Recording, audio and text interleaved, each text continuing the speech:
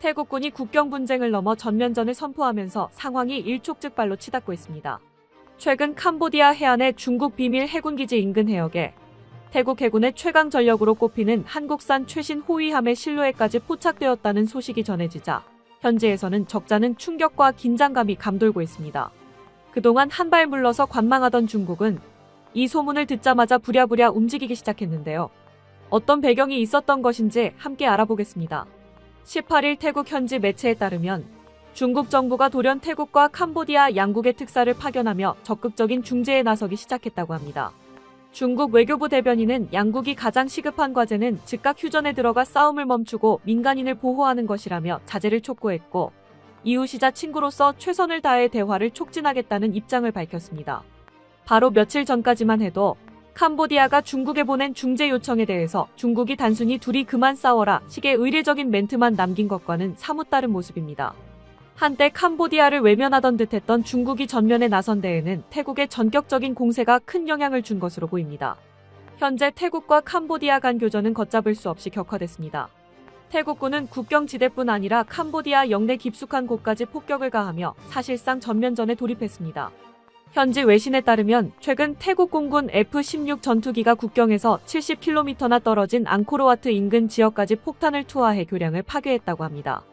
태국 지도부는 트럼프의 중재로 이루어진 정전 합의마저 일축한 채 국토와 국민에 대한 위협이 완전히 사라질 때까지 모든 군사행동을 지속할 것이라고 공언했습니다. 말 그대로 멈출 생각이 없다는 선언이었습니다. 이 말을 뒷받침하듯이 동시에 이뤄진 해상 봉쇄. 태국은 해군을 동원하여 타이만을 봉쇄하고 캄보디아의 해안 부대를 한포 사격으로 날려버리는 등 캄보디아의 바닷길까지 끊어놓고 있습니다. 유류와 군수품을 포함한 물자 이동까지 완전히 막아서 캄보디아를 고사시키려는 것입니다. 그런데 태국이 이 전략으로 처음부터 노린 것인지 아니면 부수적인 효과였는지 몰라도 중국이 이에 크게 당황하고 있습니다. 바로 캄보디아의 레암 항구 때문입니다. 캄보디아가 중국과 매우 각별한 사이라는 것은 모르는 사람이 없습니다. 수도 푸놈펜 시내에는 중국어 간판과 중국인 학교들이 수도 없이 많으며 심지어 마오쩌둥 거리와 시진핑 거리까지 있을 지경입니다. 남중국해 분쟁에서도 대놓고 중국을 지지하고 있으며 중국으로부터 탱크와 장갑차를 무상 지원받은 데다 선거까지 중국의 도움을 받아 하고 있습니다. 거의 나라를 중국에 갖다 바친 수준인데 그 대신 캄보디아는 중국이 매우 필요로 하는데도 얻을래야 얻지 못하는 귀중한 것 하나를 줄 수 있었습니다. 그건 바로 남태평양으로 나갈 수 있는 남방항구.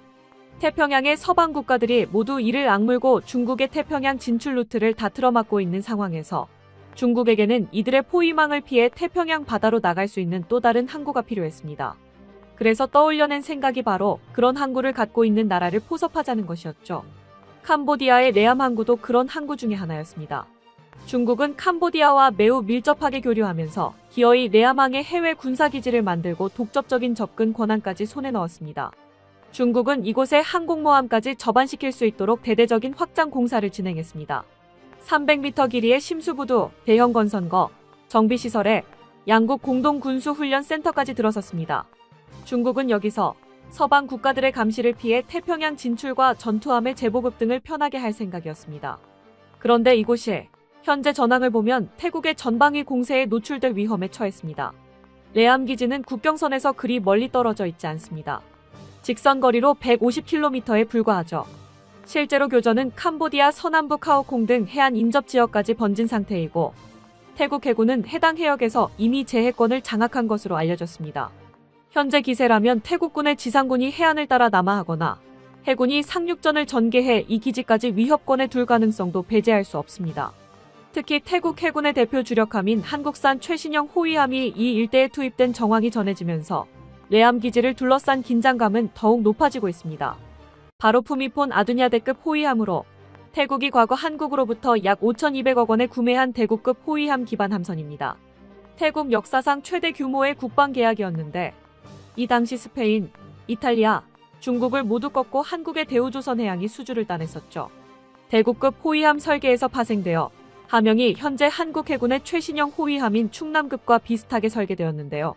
태국에서는 이렇게까지 강하고 비싼 호위함 전력이 정말로 필요한 게 맞느냐는 말까지 나왔었습니다.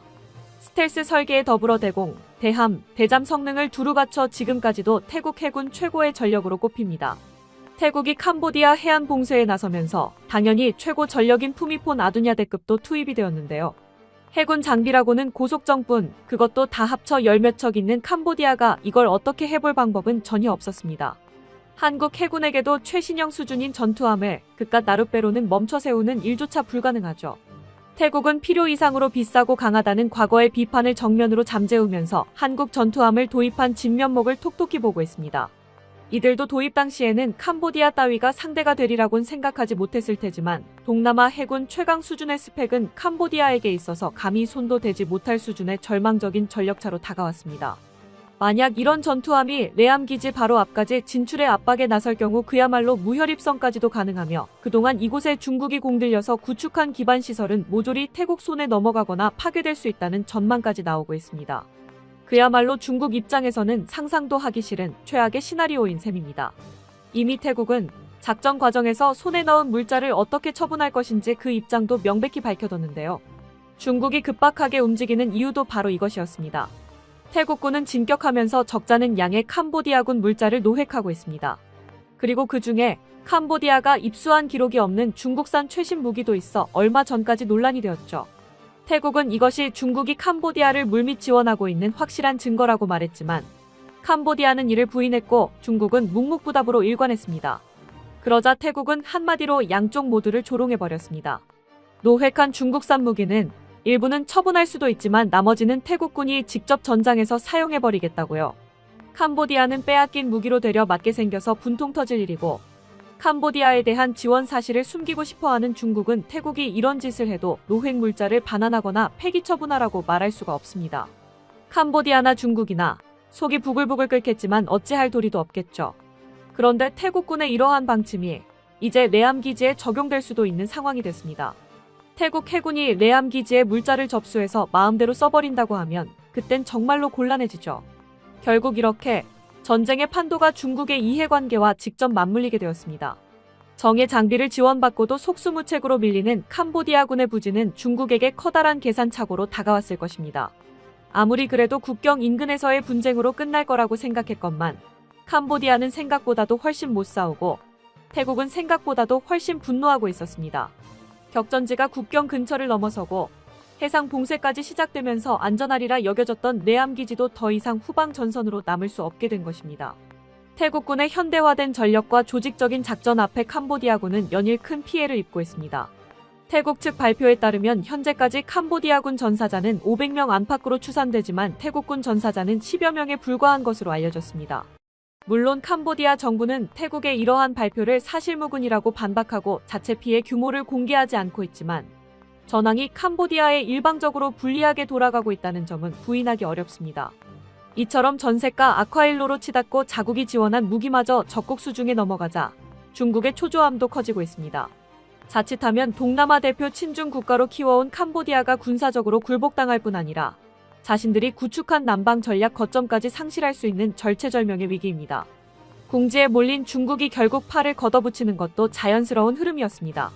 시진핑은 며칠 새 푸미파 태국 총리와 훈만의 캄보디아 총리와 연쇄 통화를 가졌고 중국 정부는 아세안 기구 등을 통한 다자 협상과는 별도로 직접 양국을 오가며 휴전 협상을 중재하겠다고 나섰습니다. 18일에는 중국 외교부 아시아 담당 특사를 태국과 캄보디아에 급파해 양측과 긴급 접촉을 진행하기 시작했습니다. 중국은 태국과 캄보디아 양국 모두와 우호 관계임을 강조하면서 이번 분쟁 개입이 제3자를 겨냥한 것이 아니다라고 해명하고 있지만 정작 속내로는 귀중한 레암 기지를 잃지 않기 위해 바쁘게 움직이고 있다는 분석이 나옵니다. 물론 중국의 이런 총력 중재에 분노에 눈이 돌아간 태국이 얼마나 응할지는 미지수입니다. 태국은 휴전 요구를 거부하면서 캄보디아가 먼저 공격을 완전히 중단하고 지뢰 제거 등의 성실히 나선다면 대화를 검토할 수 있다는 조건부 입장을 내놓았습니다. 중국 입장에서는 어떻게 해야 이들을 설득시켜 레암 기지를 지킬 수 있을지 전전긍긍하고 있는 상황이고요. 이처럼 이번 태국 캄보디아 전쟁은 불과 보름 만에 동남아를 넘어 아시아 전체의 국제정세를 흔드는 급박한 사태로 비화했습니다. 과연 중국의 중재 노력으로 양측이 접전을 멈추고 협상 테이블로 돌아설지 아니면 태국이 압도적인 군사력으로 끝내 원하는 목적을 달성하게 될지 전 세계가 주목하고 있습니다. 중국과 캄보디아에게 남은 시간은 많지 않아 보입니다. 상황을 뒤집지 못한다면 태국은 자신들이 더 이상 위협이 없을 때까지 싸우겠다던 약속대로 전진을 멈추지 않을 것입니다. 이번 분쟁의 결말에 따라 동남아에서 중국의 영향력과 역학관계에도 적지 않은 변화가 불가피해 보입니다. 끝까지 시청해주셔서 감사합니다. 도움이 되셨다면 좋아요를, 다른 이야기도 궁금하시면 구독을 눌러주세요.